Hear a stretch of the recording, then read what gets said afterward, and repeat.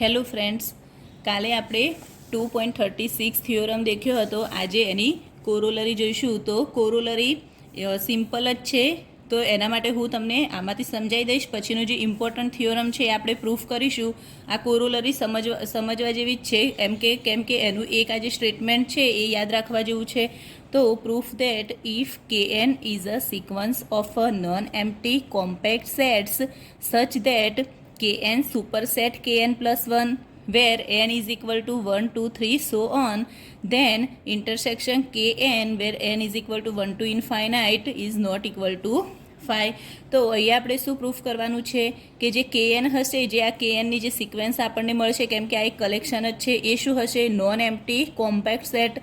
તો આપણે kn superset kn plus 1. હવે kn સુપરસેટ kn પ્લસ 1 છે એને આ રીતે બી લખી શકાય આપણે કે kn સબસેટ kn પ્લસ 1 આ રીતે બી લખાય.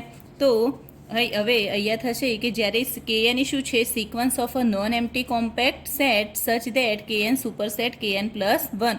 જ્યારે નોન એમ્પ્ટી કોમ્પેક્ટ સેટ હશે તો it is clear that, A clear જ છે કે આપણે જ્યારે k1 અને k2, જ્યાં n શું લેવાનું છે? 1. તો અહીંયા k1 સુપરસેટ શું થશે? k2. જે અહીંયા 2 મૂકીશું તો k2 superset k2 plus 1 means k3 આ રીતે થશે. તો જ્યારે k1 ને k2નું ઇન્ટરસેક્શન કરીશું તો k2 કોઈ એક તો મળશે જ, તો એ શું થશે? Not equal to 5. ખાલી ગણ તો નહીં મળે, અંદર એલિમેન્ટ તો મળશે જ. એ જ રીતે જ્યારે હું k15, 200, 195 આ બધા જેમ આ રીતે ચાલુ જશે એ રીતે ઇન્ટરસેક્શન કરીશું તો એ જ રીતે અહીંયા જેમ k1 ઇન્ટરસેક્શન k2 તો k2 મળ્યા, તો આ રીતે અહીંયા શું મળશે? k20, 200 મળશે. જે મોટા હશે તો એ બી નોટ ઇક્વલ ટુ 5, કેમ કે અંદર કે 200 મળ્યા, તો શું થશે? Not equal to 5. તો therefore if I is any finite subset of positive integer and if અહીંયા I એ શું લીધા આપણે? Finite subset of positive integer and m is equal to શું લીધા? અહીંયા I જે finite subset of positive integer લીધા તો મેં m એ મેક્સિમમ I લઈ લીધા. તો એના પરથી કહી શકાય કે કે આલ્ફા, જે આલ્ફા એ શેમાં હશે? આઈમાં હશે. અને I એ શું લીધા આપણે? Finite subset of positive integer. તો એ બી શું થશે? ઇક્વલ ટુ અહીંયા મેક્સિમમ m એ m લીધા, જેમ કે અહીંયા મેક્સિમમ નંબર k2, અહીંયા k200 મળ્યા. એ જ રીતે અહીંયા કે આલ્ફાનું ઇન્ટરસેક્શન કરીશું તો મેક્સિમમ અહીંયા m લીધા, તો અહીંયા શું થશે? km. A B not equal to 5. તો આના પરથી આપણે હવે કહી શકાય કે એવરી ફાઇનાઇટ ઇન્ટરસેક્શન મીન્સ કે આ બધા ફાઇનાઇટ ઇન્ટરસેક્શન જ હતા, તો every finite intersection of a member of kn is known empty. જેમ કે અહીંયા આપણે જે બધા ફાઇનાઇટ નંબર લીધા એનું ઇન્ટરસેક્શન કર્યું તો એ શું મળ્યું? નોન એમ્પ્ટી મળ્યું. તો સો બાય થિયરમ 2.36 આપણે 2.36નું સ્ટેટમેન્ટ શું છે કે if K alpha is a collection of compact subset of a metric space X such that the intersection of every finite sub collection is non empty. જો finite collection એ non empty હશે તો શું થશે? intersection k alpha not equal to 5. તો એના પરથી આપણે લખી શકાય કે we can say that intersection kn જ્યાં n એ 1 થી infinite is not equal to 5. તો પ્રૂફ થઈ ગયું આ. હવે આના પછીનું આપણે થિયોરમ જોઈશું, જે થિયોરમ બહુ જ ઇમ્પોર્ટન્ટ છે. તો એ થિયોરમનું સ્ટેટમેન્ટ છે પ્રૂફ ધેટ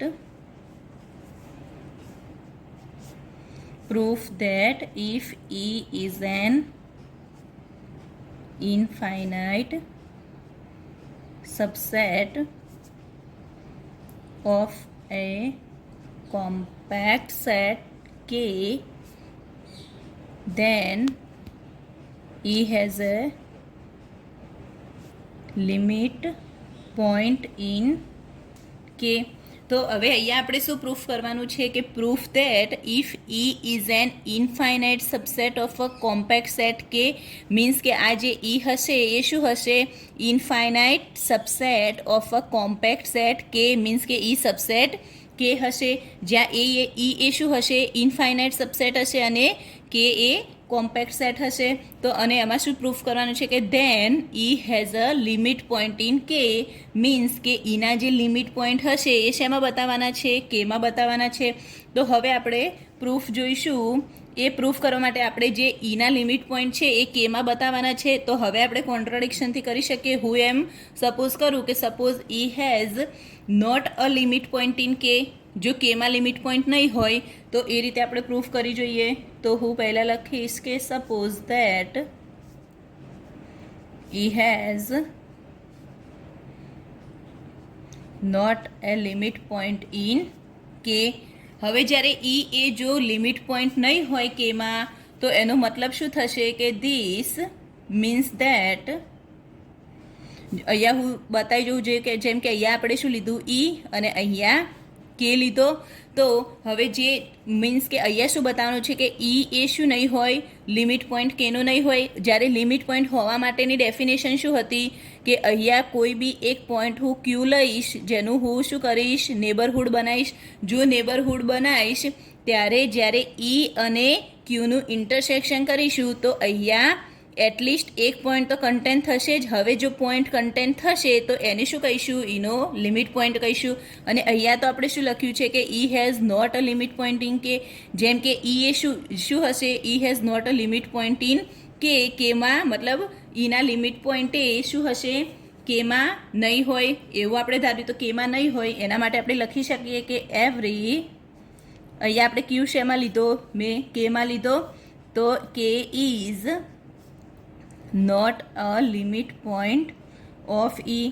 જો આપણે શું લીધું પહેલાં Q not a limit point on E, મતલબ ક્યુ એ લિમિટ પોઈન્ટ નથી. તો ક્યુ એ લિમિટ પોઈન્ટ નહીં હોય તો એના માટે શું થશે કે ઓલ ક્યુ બિલોંગ્સ ટુ, પહેલાં તો કે there exist R Q greater than 0 radius any greater than 0 such that શું થશે, હું નેબરહુડ લઈશ. કોનું, ક્યુનું નેબરહુડ લઈશ. ક્યુનું નેબરહુડ જે લઈશ એનું ઇન્ટરસેક્શન શેની સાથે કરવાનું, ઈ સાથે. તો ઈ સાથે જ્યારે ઇન્ટરસેક્શન કરીશું તો જ્યારે ક્યુ એ ઈમાં ક્યારે કહેવાશે, ક્યુ બિલોંગ્સ ટુ ઈ ક્યારે કહેવાશે, જ્યારે ક્યુ એ અહીંયા હશે તો જ કહેવાશે. તો ક્યુ બિલોંગ્સ ટુ ઈ હશે તો ક્યુ એ અહીંયા હશે તો શું થશે, ક્યુ થશે. હવે જ્યારે Q if Q belongs to E, હવે if Q not belongs to E, જો ક્યુ એ ઈમાં નહીં હોય, ઈમાં નહીં હોય એનો મતલબ શું થશે, અહીંયા ઈમાં નહીં હોય એનો મતલબ અહીંયા થશે ફાઈ. તો હવે શું થઈ ગયું, અહીંયા આપણે લઈ લીધું જ્યારે નેબરહુડ ઈનું ક્યુનું જે નેબરહુડ ઈ સાથે ઇન્ટરસેક્શન કરીશું તો ક્યુ જો ઈમાં હશે તો શું થશે, ક્યુ જ થશે. પરંતુ ક્યુ ઈમાં નહીં હોય એનો મતલબ કે ફાઈ. હવે આપણે શું છે કે એ કોમ્પેક્ટ સેટ છે, જે ઈ શું લીધું હતું, infinite subset of a compact set એ.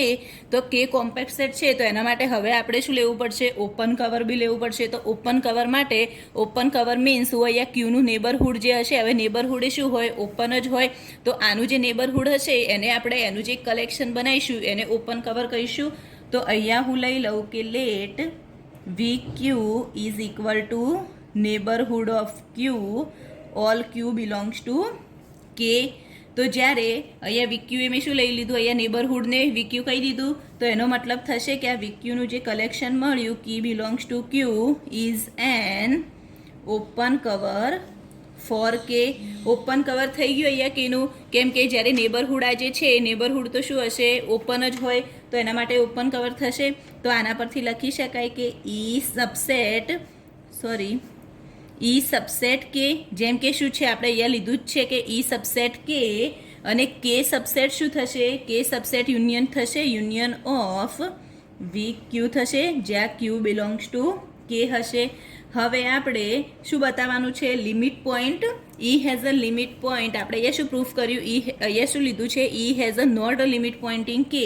તો એ બતાવવા આપણે અહીંયા પહેલાં શું કરવું પડશે, લિમિટ પોઈન્ટ માટે હું અહીંયા વીક્યુ, જ્યારે વીક્યુમાંથી લિમિટ પોઈન્ટની ડેફિનેશન વાઇઝ જે નેબરહુડ લીધું એમાંથી શું કરીશ, ક્યુ બાદ કરીશ. તો ક્યુ જે નહીં લેવાના અને એનું ઇન્ટરસેક્શન ઈ સાથે કરીશું. જેમ કે આ વીક ક્યુ જે લીધું એમાંથી ક્યુ હટાવી દઈશું, જ્યાં ક્યુ એ કેમાં લીધા તો ક્યુ હટાવી દઈશું. તો ઈ સાથે ઇન્ટરસેક્શન કરીશું તો અહીંયા તો શું મળી જશે, ફાઈ મળી જશે. કેમ કે ક્યુ એ ઈમાં નથી તો આપણે શું હતું, ફાઈ હતા. તો અહીંયા ફાઈ મળી જશે.